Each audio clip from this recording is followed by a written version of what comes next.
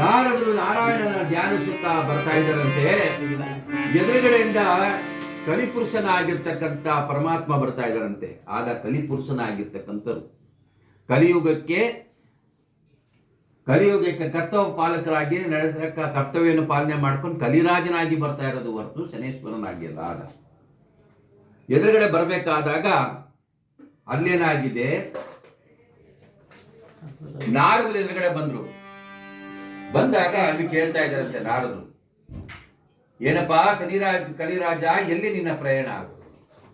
ನನ್ನ ಲೋಕ ಸಂಚಾರ ನೀವೇ ಆಗುತ್ತಿರುತ್ತಿರೋ, ನನ್ನ ಕರ್ತವ್ಯ ಪಾಲನೆಯಲ್ಲಿ ನಾನು ಸುತ್ತಾ ಇದ್ದೀನಿ, ನಾನು ಬರ್ತಾ ಇದ್ದೀನಿ, ಎಲ್ಲ ಕಡೆನೂ ಹೋಗಿ. ಹೌದಪ್ಪ, ಎಲ್ಲ ಸುತ್ಕೊಂಡ್ ಬರ್ತಾ ಇದ್ದೀನಿ. ಆಗ ನಾರದರು ಶನಿರಾಜನಲ್ಲಿ ಒಂದು ವಿಚಾರ ಕೊಟ್ಟರಂತೆ. ಏನಂತ, ನೀನು ಎಲ್ಲಾ ಕಡೆ ಸಂಚಾರದಲ್ಲಿ ನಿನ್ನ ಕೀರ್ತಿನ ಬೆಳಗಿಸ್ಕೊಂಡು ಬರ್ತಾ ಇದೀಯಪ್ಪ. ನೀನು ಏನು ಅನ್ನೋದು ಜಗತ್ತಿಗೆ ಗೊತ್ತಾಯ್ತಾ? ಹಾಗಿರುವಾಗ ಎಲ್ಲವಕ್ಕೂ ಒಂದಾಗಿರ್ತಕ್ಕಂಥದ್ದು ಒಂದು ಕರ್ತವ್ಯ ಏನು ಅಂದ್ರೆ, ನಿನಗಾಗಿ ಒಂದು ಪಟ್ಟವನ್ನು ಬೇಕಲ್ವಾ, ಒಂದು ಸ್ಥಾನಮಾನಗಳು ಬೇಕು. ಸ್ಥಾನಮಾನಗಳು ಇದ್ದಾಗ ಅದಕ್ಕೊಂದು ಗೌರವ ಸ್ಥಾನ ನಿಮ್ಗೆ ಇನ್ನೂ ಹೆಚ್ಚುತ್ತದೆ ಕಣಪ್ಪ. ಆ ಪಟ್ಟದ ವಿಚಾರವಾಗಿ ಬಂದಾಗ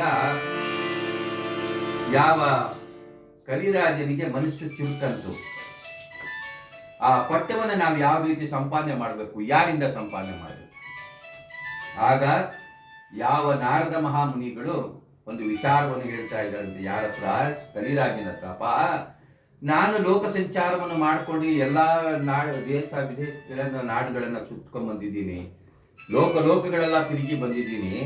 ಎಲ್ಲಾ ಕಡೆಯಲ್ಲೂ ನಾ ತಿರುಗಿ ಬರ್ಬೇಕಾದ್ರೆ ಶಿವನ ಸನ್ನಿಧಾನದಲ್ಲಿ ಹೋಗಿ ಕೈಲಾಸದ ಕಡೆ ಹೋಗಿ ಬರ್ತಾ ಇದ್ದೀನಪ್ಪ.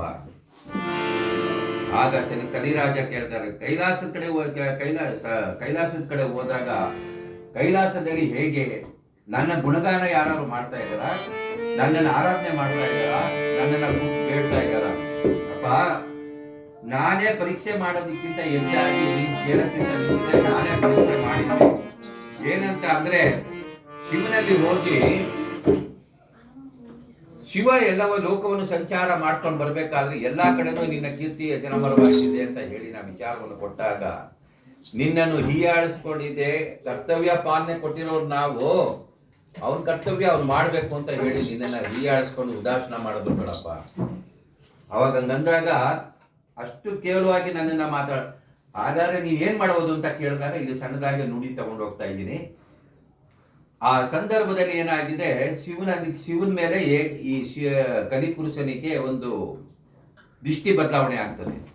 ಯಾಕೆ ಅಂತ ಹೇಳಿದ್ರೆ, ಅಲ್ಲಿ ಶಿವನ ರಾಶಿ ಒಳಗೂ ಹೋಗಿ ಇವರು ಸಂಚಾರ ಮಾಡಬೇಕಾದ ಸಂದರ್ಭ ಹತ್ರ ಬರ್ತಾ ಇದೆ. ಯಾರಿಗೂ ಬಿಟ್ಟವರಲ್ಲ ಇವರು, ಎಲ್ಲ ರಾಶಿಗಳು ಸಂಚಾರ ಮಾಡಬೇಕು, ಎಲ್ಲರಿಗೂ ಹಿಡಿಬೇಕಾಗಿರ್ತಕ್ಕಂಥ ಸ್ವಭಾವ. ಆಗ ಒಳಗಡೆ ಹೋಗ್ಬೇಕು, ಅವ್ರ ಜೊತೆ ಹೋಗ್ಬೇಕಾದ್ರೆ ಇಲ್ಲಿ ಏನಾಗಿದೆ, ನಾರದರು ಅದನ್ನ ಎಚ್ಚರಿಕೆ ಕೊಡ್ತಾ ರೀತಿಯಲ್ಲಿ